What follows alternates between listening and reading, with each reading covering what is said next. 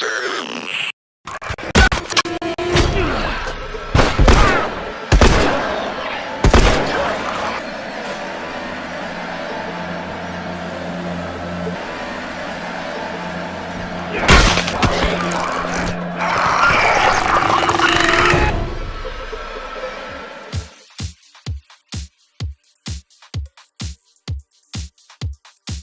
up, YouTube?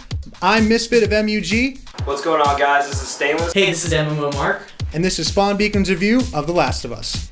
Cutscene!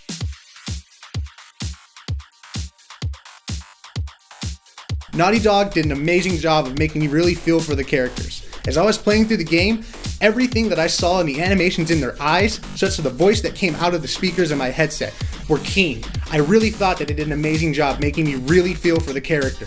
To the point where when everything would happen, such as losing health, or hearing your partner cry, or scream for help, or seeing it simply get caught in an annotation when an enemy is trying to hurt them, I felt I really need to get over there and save them.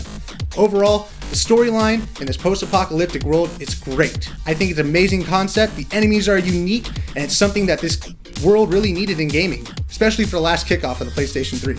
Alright, the story was just fantastic. It was a post-apocalyptic odyssey is just the best way to describe it. It's been a while since I've been so emotionally gripped inside of a game. It's been quite a while since I've been so emotionally invested in the characters themselves. Naughty Dog did an amazing job capturing the human psyche in a post-apocalyptic survival situation. They were real things that real people would do and go through. Well, I gotta say the story is great. There's nothing that captivates me more than how Naughty Dog portrays their post-apocalyptic game. The way that Joel goes through his whole entire journey with Ellie through this whole post-apocalyptic world is incredible.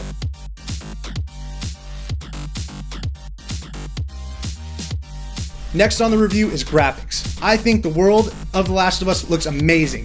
This deteriorated city, everywhere from the forest to the campfire you do out in the middle of bumfuck Egypt, looks spectacular. I played on a shitty TV, but I still felt it was real. That's just how stunning the PlayStation 3 displays this beautiful game presented by Naughty Dog. Alright, so when it came down to graphics, I'm going to say the two things that I noticed the most were the facial expressions and just the overall detail in the character's face.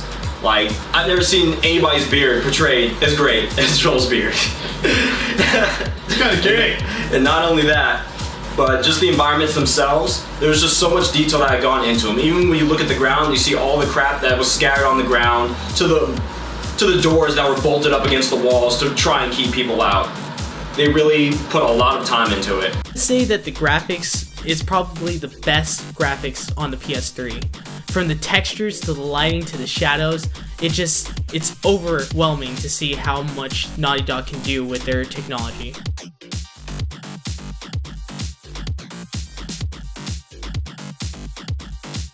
Now for gameplay. I thought the crafting in this game was an amazing idea and concept for it. Considering in a post-apocalyptic world and there isn't exactly any smoke grenades lying around, the fact that you can make a smoke bomb is awesome. The crafting is in real time, so if your enemy's walking and you're crafting, you better hurry up before he turns a corner. On top of that, the stealth in this game remind me of playing Splinter Cell. That's how keen and close up I had to be behind my enemies to really get the stealth kill. And I mean, slit the throat and gouge the fucking jugular. Alright, gameplay. They did a great job with this as well. There was one thing I noticed that was really cool. I was on an encounter down on the stairs, and I was taking a swing, and I didn't think I was going to connect, but Joel actually took his foot and kicked him down the stairs, and I was like, wow, I've never seen that in a video game. I will say one thing though, the AI was a little buggy at times, but it was not enough to ruin the game. My favorite thing about the gameplay has to be the melee combat. The melee combat is great. You really feel that impact when you take a bat to somebody's head, or when you put that machete right into their necks. It wasn't over the top like guts, gore, splatter out, but just like you take that machete to the neck and they sit there like a second like, It was great. Like Misfit said, the crafting, the shooting, the gameplay, and the stealth is just incredible. I gotta say that trying to sneak up to somebody and strangle them or use a shiv to kill them is the shit.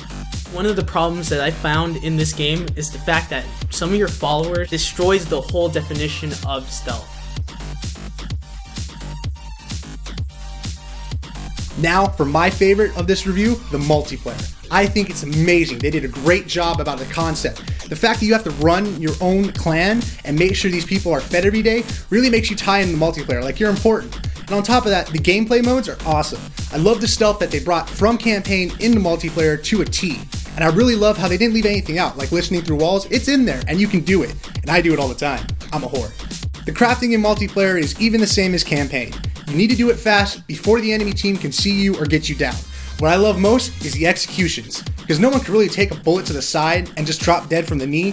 When you go down, your enemy can run up and execute you in 3 fabulous styles. Even stealth kills are in multiplayer, which I love, you have no idea. The fact that I can run up behind my enemy and slice out his jugular just like I can in campaign makes it all the better. Alright, multiplayer. Multiplayer, I was actually really blown away and really surprised. It reminded me of Metal Gear Solid a little bit, just because of the fact that when I'm actually on the mic, people were actually strategizing, telling me enemy location. And there weren't 12-year-old kids calling me a faggot. It was really out there. My favorite thing about multiplayer was the supplies mode, which is their team deathmatch, except each team has 20 lives.